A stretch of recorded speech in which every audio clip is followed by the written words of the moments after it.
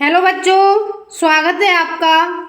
हम पढ़ने वाले हैं सबसे पहले संचयी बारंबारता बंटन का आलेखीय निरूपण। तो इससे पहले की क्लास में हमने आपको बताया था कि संचयी बारंबारता दो प्रकार से निकाली जाती है। ठीक है, एक प्रकार हमने बताया था से कम प्रकार की संचयी बारंबारता, और दूसरा हमने बताया था से अधिक प्रकार की संचयी बारंबारता। ठीक है, अब से कम प्रकार की संचयी बारंबारता में हमने क्या सीखा था? हमने सीखा था कि इसमें इस प्रकार की संचयी बारंबारता में ऊपर सीमा लेते हैं, ऊपर सीमा नंबर 1। नंबर 2 हमने देखा था कि ये संचयी बारंबारता बढ़ते क्रम में होती है, बढ़ते क्रम में मतलब जोड़ते हुए मिलती है, जोड़ने पर। और तीसरा जो हमने देखा था कि जो लास्ट वाला पद है, अंतिम पद बराबर होता था n। ठीक है, n मतलब सिग्मा f के। ये हमने देख लिया था से कम प्रकार की संचयी बारंबारता में। ठीक है, इसके बाद हमने देख लिया था से अधिक प्रकार की संचयी बारंबारता। इसकी हम बात कर लें से अधिक प्रकार की, तो ये एक तो ये था कि निम्न सीमा से प्रारंभ होती थी, निम्न सीमा। ठीक है, नंबर 2 ये घटते क्रम में होती थी, घटते क्रम में अर्थात घटाने पर प्राप्त होती थी, घटाने पर। और तीसरा जो था वो पद ये था कि पहले और लास्ट के पद समान हों, ऐसा जरूरी नहीं था। ठीक है, तो प्रश्नावली 14.4 में हम क्या करेंगे? हम सबसे पहले संचयी बारंबारता निकालेंगे और उसके बाद उसका ग्राफीय निरूपण करेंगे और ग्राफीय निरूपण की सहायता से ज्ञात करेंगे माध्यक। ठीक है, तो चलिए चलते हैं प्रश्न नंबर 1 पर।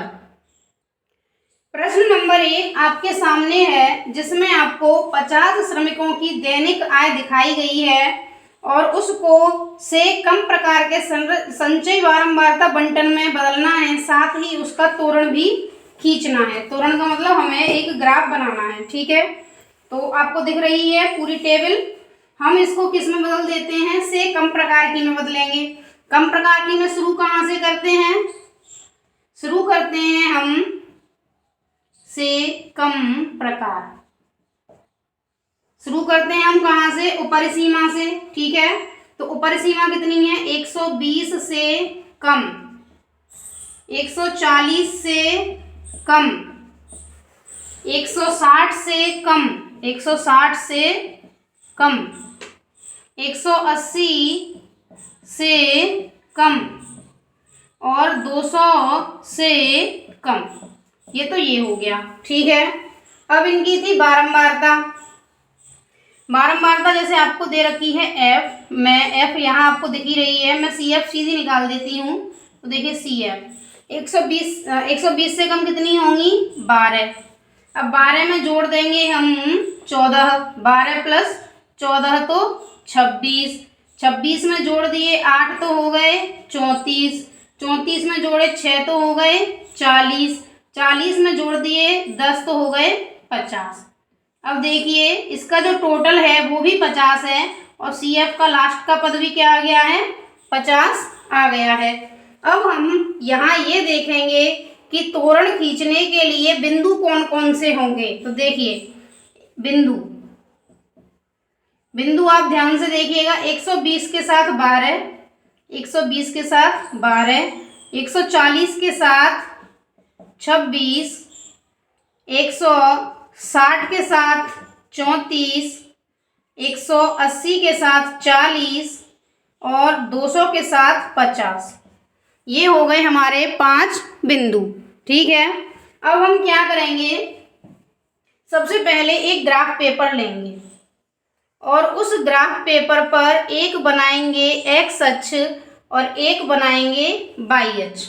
ठीक है, ये 0 मूल बिंदु, ये x अक्ष, ये y अक्ष।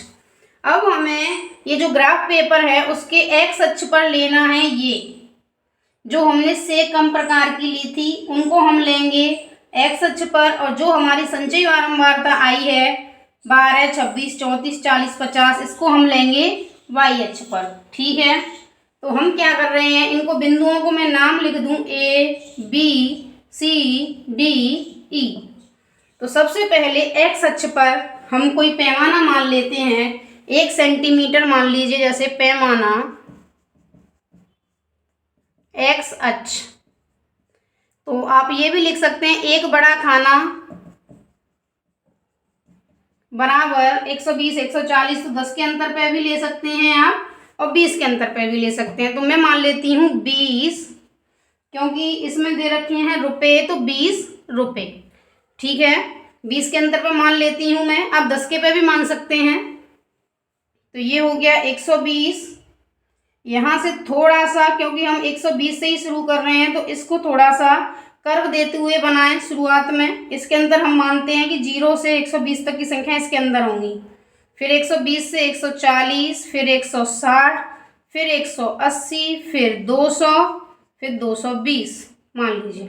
इसी प्रकार पैमाना वाई अक्ष पर जो हम मानेंगे वो 12, 26, 34, 40, 50। तो इसमें आप अंतर मान सकते हैं, 10 का भी ले सकते हैं, 5 का भी ले सकते हैं, क्योंकि संख्याएं बड़ी हैं तो आप 10 का ले लो। एक बड़ा खाना बराबर 10। अब ये क्या है, ये हैं आपके श्रमिकों की संख्या, तो इसमें लिख देंगे श्रमिक। ठीक है, अब देखिए सबसे पहले हम बिंदु ए निरूपित करते हैं। निरूपित करने के लिए 120 और 12 है, यहाँ हम ये लिख लेते हैं 10, 20, 30, 40, 50। ठीक है, 60 ले लो। चलो, ये जो पहला बिंदु ए है ये आपको दिख रहा है 120 और 12, तो 120 और 12 के लिए हम 10 से थोड़ा सा ऊपर, क्योंकि यदि आप ग्राफ में बनाएंगे तो ग्राफ में एकदम सही बिंदु आपको मिलेगा। तो ये हो गया बिंदु ए। ठीक, अगला बिंदु है 140 से 26, तो 140 इधर, 26 जो होगा यहाँ बीच में, 20 और 30 के बीच में 25, और 25 से थोड़ा सा ऊपर होगा आपका 26। ये हो गया बिंदु बी।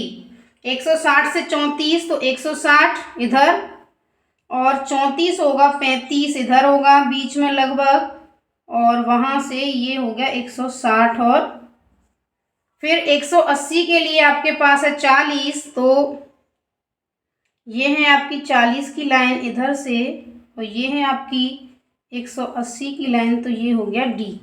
फिर 200 के लिए है आपके पास 50, तो 50 की लाइन है ये, और 200 की लाइन है ये हो गया ई। अब हम इन सभी लाइनों को नॉर्मल तरीके से बिना स्केल की सहायता से मिलाएंगे।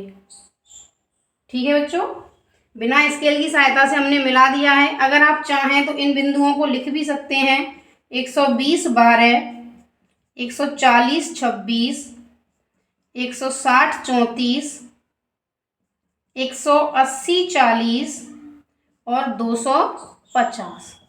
ठीक है, ये हमने बना दिया है से कम प्रकार के संचयी बारंबारता के लिए तोरण वक्र। ठीक है बच्चों, से कम प्रकार की संचयी बारंबारता के लिए हमने बना दिया है ये तोरण वक्र। इस तोरण वक्र में आपको एक बात समझ में आ रही होगी कि ये तोरण वक्र है, ये ऊपर उठा हुआ वक्र है। ठीक है, ये जो से कम प्रकार की संचयी बारंबारता है आपको ये समझ में आ रहा होगा, क्योंकि सी एफ की वैल्यू क्या है, बढ़ते हुए क्रम में है, तो वक्र भी आपका बढ़ते हुए क्रम में जाएगा। ठीक है, जैसे ही सी एफ की वैल्यू अगले वक्र में, जब हम अगले उसमें देखेंगे तोरण के लिए, तो घटते हुए क्रम में आएगी, तो आपका जो वक्र है वो घटते हुए क्रम में जाएगा, ऊपर से शुरू होगा और नीचे चला जाएगा। ठीक है बच्चों, चलिए चलते हैं नेक्स्ट प्रश्न पर।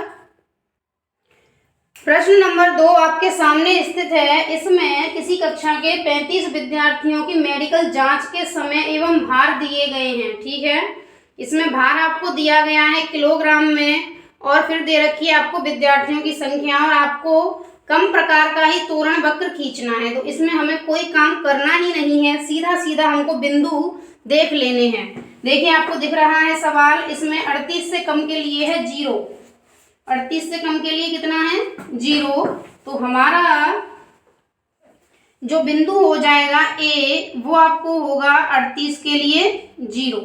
फिर आपका बिंदु बी हो जाएगा 40 के लिए 3। फिर बिंदु सी हो जाएगा 42 के लिए 5। डी आपका बिंदु हो जाएगा 44 के लिए 9। ई हो जाएगा 46 के लिए 14। एफ हो जाएगा 48 के लिए 28। जी हो जाएगा 50 के लिए 32 और एच हो जाएगा 52 के लिए 35। ठीक, अब हम क्या करेंगे, अब हम ग्राफ पेपर पर एक्स अक्ष और वाई अक्ष खींचेंगे और खींचने के बाद उसमें हम मानेंगे पैमाना। ठीक है बच्चों, तो सबसे पहले हम खींच लेते हैं ग्राफ पेपर पर एक्स अक्ष और वाई अक्ष। ये है मूल बिंदु 0 0, ये है एक्स अक्ष, ये है वाई अक्ष। ये जो आपके 38 40 42 44 46 हैं, इनको लेंगे हम एक्स अक्ष पर। तो पैमाना एक्स अक्ष हम मान लेंगे, पैमाना एक्स अक्ष। एक बड़ा खाना या 1 सेंटीमीटर लिख सकते हैं।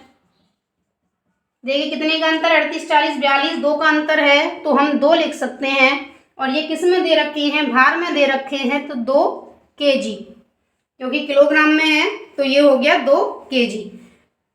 हम यहीं से शुरू करेंगे 38 से, तो शुरुआत की कुछ संख्याओं को इस तरीके से घुमा के लिख देंगे।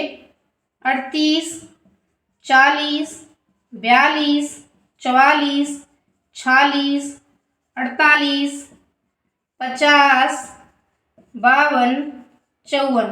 क्या है ये, भार। ठीक है बच्चों, ये क्या है हमारा भार। अब हम वाई अक्ष पे मानेंगे पैमाना, वाई अक्ष। वाई अक्ष पर आप देखिए कैसा है, 0 3 5 9, हालांकि बढ़ते हुए क्रम में है। अंतर हम देख सकते हैं, 35 तक की संख्याएं हैं, तो हम 5 का अंतर आराम से ले सकते हैं। तो एक बड़ा खाना बराबर 5। क्या है ये, 5 है आपकी विद्यार्थी। ठीक है, संचयी बारंबारता किसमें थी, विद्यार्थी में थी, तो ये हो गया विद्यार्थी। यहां से लेते हैं 5 10 15 20 25 30 35 40। ठीक है बच्चों, ये क्या है, इधर आप लिख दें विद्यार्थी ऐसे, और ये भार नीचे की तरफ लिख देना। ठीक है बच्चों, अब देखिए पहला बिंदु क्या है, 38 के लिए 0 है, तो 38 तो ये रहा और 0 यहीं शुरू होगा, तो ये पहला बिंदु हो जाएगा यहीं पे। 40 के लिए 3 है, तो 5 से थोड़ा सा कम यहाँ 40 के लिए 3, ये बिंदु ए हो गया, ये बिंदु बी हो गया। 42 के लिए 5 है, तो 42 के लिए आपका ये हो गया 5 का सीधा 5 बिंदु सी। 44 के लिए 9 है, तो 9 आपका 10 से थोड़ा सा नीचे इधर हो जाएगा बिंदु डी। 46 के लिए आपका बिंदु है 14 होगा इधर, ये हो गया ई। 48 के लिए आपका बिंदु है 28, तो 25 30, ये हो गया 48। ठीक है बच्चों, इधर 48 के लिए बिंदु हो गया ये ABCDEF। इसके साथ ही 50 के लिए आपका बिंदु है 32, तो 32 होगा 30 से थोड़ा सा ऊपर, यहाँ ये होगा आपका 50 का, तो ये है EFG। और 52 के लिए है 35, तो 35 है आपका इधर और 52 है आपका इधर, ABCDEFGH। अब हम इनको मिलाएंगे नॉर्मल, बिना स्केल की सहायता से सीधे सीधे मिलाते जाएंगे। ठीक है बच्चों, अगर हम चाहें तो इन बिंदुओं को भी लिख सकते हैं, जैसे 38 के लिए 0, 40 3, 42 5, 44, 9, 46 के लिए 14 और 48 के लिए 28, 50 के लिए था 32 और 52 के लिए था 35। ठीक है, अब हमें इसी प्रश्न में तोरण हमने बना लिया है। इस प्रश्न में हमको ज्ञात करना है माध्यक। ठीक है बच्चों, हमको क्या ज्ञात करना है? माध्यक। देखिए, अब हमें इसी तोरण से ज्ञात करना है माध्य। तो माध्य ज्ञात करने के लिए हम क्या करते हैं? हम निकालते हैं n/2। ठीक है, सबसे पहले हम निकाल लेते हैं n/2। तो 35/2 तो ये हो गया 7.5, 17.5। हम बाई एच पर एक बिंदु लेते हैं 17.5 के आसपास का, 17.5 के आसपास का नहीं, फिक्स 17.5, 15, 16, 17 लगभग यहाँ कोई बिंदु होगा। ठीक है, यहाँ से एक लाइन हम खींचेंगे एक्स अक्ष के समांतर। किसके समांतर खींचेंगे? एक्स अक्ष के समांतर।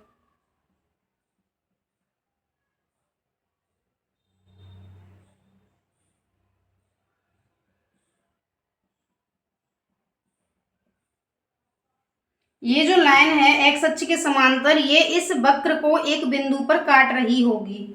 मान लीजिए ये बिंदु ABCD है, तो P लिख लो, ये बिंदु है P। ठीक है बच्चों, हमने क्या किया है? हमने n/2 निकाला है 17.5, फिर यहाँ पर बाई एच पर वो 17.5 हमने लिया, वहां से एक लाइन खींच दी जो वक्र को काट रही है। अब इस वक्र से एक सीधी लाइन खींचेंगे यहाँ नीचे की तरफ। ये इस तरीके से एक लाइन हमने खींच दी है नीचे की तरफ। तो ये जो आपको मिला है बिंदु, ये आपका है माध्यक। ठीक है बच्चों, ये आपका है माध्यक। क्योंकि ये ग्राफ नहीं है, इस वजह से अगर मेरा माध्यक देखा जाए तो ये लगभग 46.6 या 46.7, 46.8, मतलब ऐसा कुछ भी हो सकता है। 40.5 ये भी हो सकता है, लगभग इतना हो सकता है, 5 तो नहीं होगा खैर। ये 40.9, मतलब इनमें से कोई एक हो सकता है।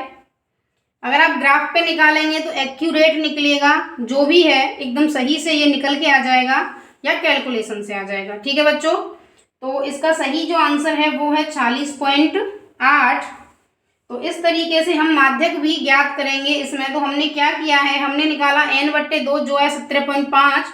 17.5 से एक लाइन सीधी खींच दी, सीधी खींची तो वक्र को काटेगी, फिर वक्र से एक लाइन नीचे की तरफ खींच दी जो एक्स अक्ष को काट रही है आपके 40.8 पर। तो आपका माध्यक हो गया क्या? माध्यक बराबर आ गया 40.8। ठीक है बच्चों, प्रश्न नंबर 3 है आपके सामने। इसमें आपको दिया हुआ है किसी गांव के 100 फार्मों में प्रति हेक्टेयर गेहूं का उत्पादन दिया गया है। ठीक है बच्चों, और इसमें हमें अधिक प्रकार के बंटन में बदलना है। अधिक प्रकार की संचयी बारंबारता सारणी इसमें हमको बनानी है। ठीक है बच्चों, तो जब भी अधिक प्रकार की संचयी बारंबारता हम सारणी बनाते हैं तो हम लेते हैं क्या? निम्न सीमा। ये आपको पहले से ही पता है, हम क्या लेते हैं? निम्न सीमा।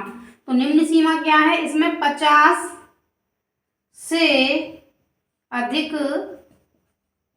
या बराबर, या तो आप ऐसे लिख लें, या जैसे अगले में क्या है निम्न सीमा?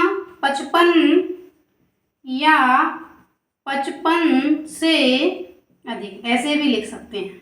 दोनों भाषा एक ही, या तो ये लिख लो या ये लिख लो। अगले में निम्न सीमा कितनी है? 60 या 60 से अधिक। फिर है 65 या 65 से अधिक।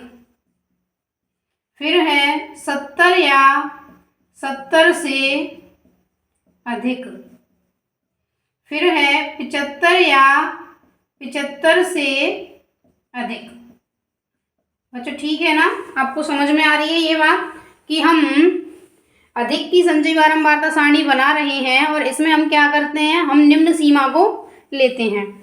अब ये जो अधिक प्रकार की संचयी बारंबारता सारणी होती है, इसमें क्या होता है, ये घटते हुए क्रम में होती है। तो जो सबसे ज़्यादा होता है ना, टोटल एन होता है ना, एन उसमें से घटते जाते हैं। ठीक है, तो यहाँ इसका एन जो है वो है 100, तो 50 से अधिक में आ गया 100।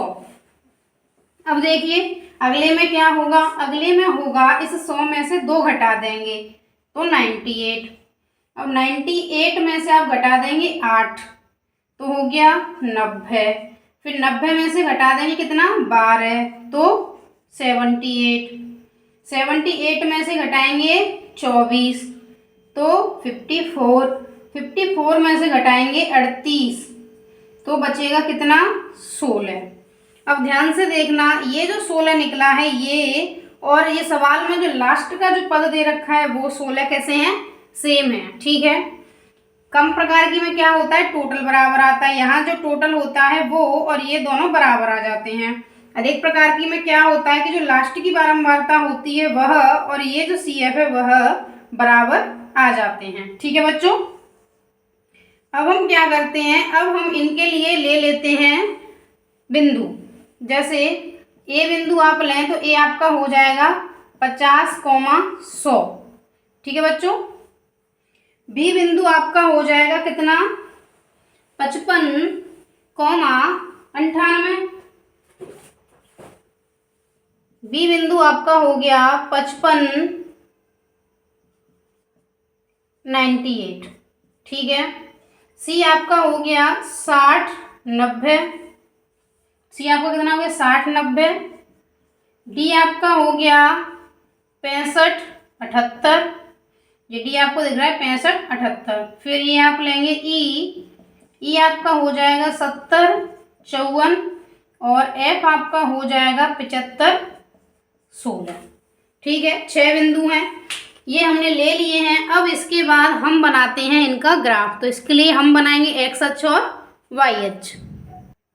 अब हमको बनाना है ग्राफ, तो हम बनाएंगे एक एक्स अक्ष और एक वाई अक्ष। ये हो गया वाई अक्ष, ये हो गया एक्स अक्ष, ये हो गया 0। ठीक है, ये जो 50, 55 है, उत्पादन जो है उसको हम लेंगे एक्स अक्ष पर, तो इधर हम लिख देंगे उत्पादन। और 50, 55, 60 तो हम क्या कर सकते हैं, पैमाना मान सकते हैं। पैमाना एक्स अक्ष पर आप क्या मान सकते हैं, एक बड़ा खाना बराबर 5 किलोग्राम प्रति हेक्टेयर। ठीक है, 5 लेंगे, लेकिन हम शुरुआत करेंगे 50 से, इसलिए शुरुआत के इसको थोड़ा सा टेढ़ा मेढ़ा बना के यहाँ लिख देंगे 50, 55, 60, 65, 70, 75, 80। ठीक है बच्चों, यहाँ है 100, 98, 90, 78, 54, 16।